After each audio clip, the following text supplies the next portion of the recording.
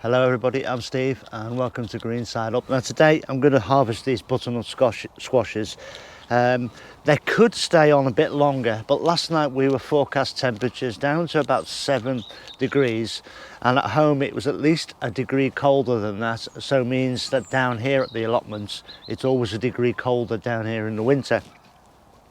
That's bordering on the frost territory, and rather than have a surprise and come and find all my squashes are wiped out, what I'm going to do is I'm going to harvest them, take them home, put them in the greenhouse and continue ripening them there. I'm going to leave the plant in. I'm not going to take that out for now because there are a few smaller squashes that may well develop if the weather changes, goes warm again.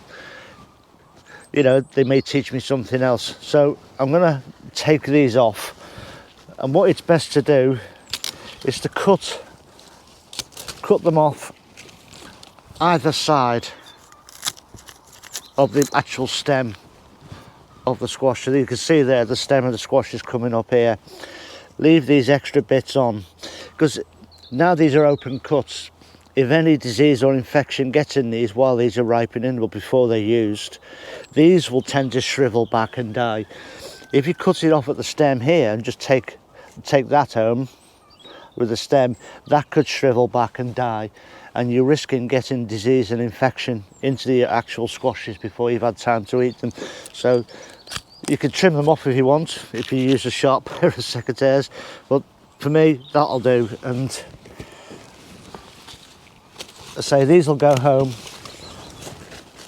and they'll sit on the greenhouse staging at home and ripen up there, and that should serve me well. Just give these a wipe over. Another thing you can do with these when you take them home is with a very, very mild solution of bleach, just wipe them over, just in case there are any bacteria or anything off there. I mean, you have got soil on there, so it just, again, just lessens any chance of any disease attacking these. And be careful with your handling as well. Don't chuck them around, because if you graze them or knock them, again, it's an entry point for disease and infection. So we've had a reasonable harvest really on these. I've got 4. There should really be a lot more than that, but I'm happy with what we've got.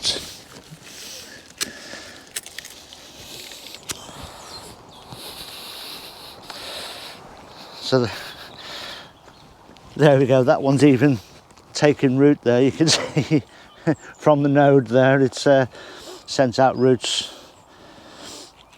That's how good these plants are. So there we go, that's butternut squashes, and they will now ripen in my greenhouse at home.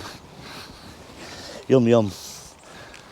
So here's another squash bed that's fairly well overgrown as well, trying to get out and eat me out of house and home. And the bees are still loving the flowers. There's still plenty of flowers on this. But I'm going to take the squash off this for the same reason as I took the butternut squashes as well. And I'm going to do it exactly the same way. Cut either side of the stem and just trim it off. And that is fungo, I think it's called.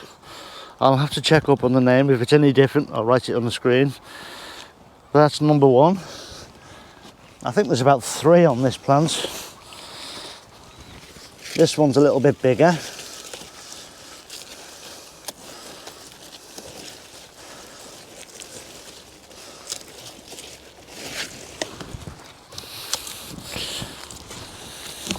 I need some sharper secateurs, I think. There we go. Look at that. Isn't that wonderful? So we're certainly not going to go short of squash this winter, and there is a third one. There's another little one starting down there, but I'm going to cut this vine off anyway.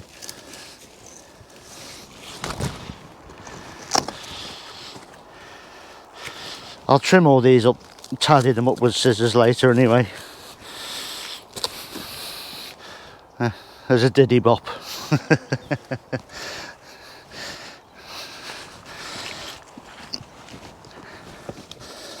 There we go, that's our squash sorted for the winter.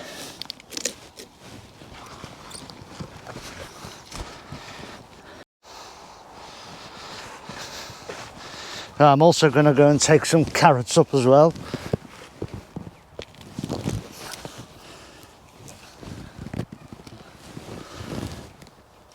These are coming nice now, much better than they were a week or so ago. Yeah, they're growing to a good decent size now, and I'll have to check back on my records. I can't remember what I've sown here, but they look to me like burlicum.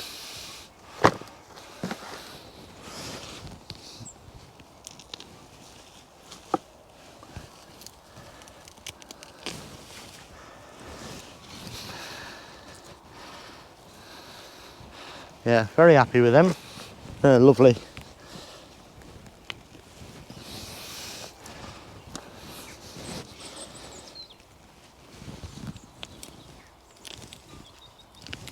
There's still plenty to go at in these frames. I've barely touched them.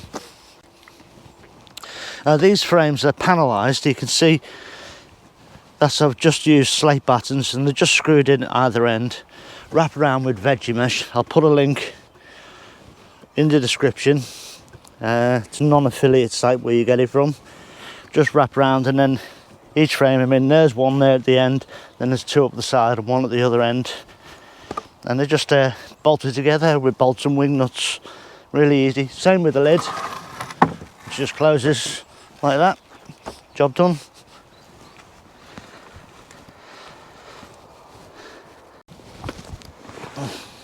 So my carrots there are for just general use straight away. We'll be eating them this week. The squashes, however, I'm going to store in my cold greenhouse at home. That way they're out of the range or grips of the frost, and they still get the sunshine daily to ripen, like this one, nearly ripe. What I'll do when I take them home is I'll just wipe them off with a bit of kitchen towel and warm water to get rid of all this muck and compost and snail trails or whatever that's all over them. And then I'll give them a second wipe over with a weak bleach solution just to kill any bacteria, and then they'll all be stored on a bench in my cold greenhouse at home, but none of them will touch each other in case one gets diseased. It doesn't spread to the rest of the crop. Now, you've seen this funny configuration at the top. I haven't just cut the stem off there, which is tempting to do for most people. The reason you do that is because if these are fresh cuts now where I've just cut them off the plants, infection could quite easily get into that, and it could start to spread down these offcuts here.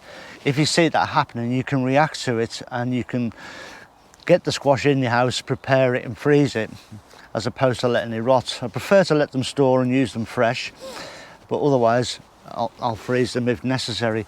But don't be tempted to pick them up by that. It's not a handle, and as I learned a couple of years ago, I picked one up by this. It came off here completely.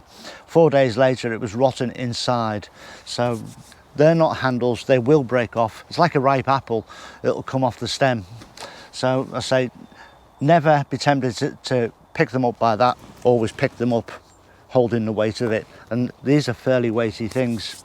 So that's how I'll store them, and that's how I'll look after them. I'll use them, I'll cut them up and roast them, and I'll roast them in a tray of veg with potatoes, squashes, carrots, onions, whatever veg I've got to hand, even a few turnips. I'll roast the lot off and we'll eat that as a mixed veg. And squashes and pumpkins are beautiful roasted. If you've never tried it, you've got to. I certainly recommend that. I'll also make soups from them, and I'll just make a base soup, and I'll use a mix of chicken stock and milk as the liquid in there, and just basically cook it up. Once the squash is tender, I'll liquidize it, correct the seasoning and consistency. Job done. Nice base soup. You can freeze all that, and then every soup you bring out you can change. You can add chili flakes, you can add a bit of kale to it if you want to, you can add some chopped onion, some lemon juice, whatever you fancy, whatever flavour you want. You can change that soup every time so it's not the same. But that's enough for us for the winter. There might be one or two more on the plants that might come to fruition yet, but these are out of harm's way now and they're going to be stored for our winter use, and that's a lovely addition to our winter veg, so very pleased with that. Anyway, that's it for now.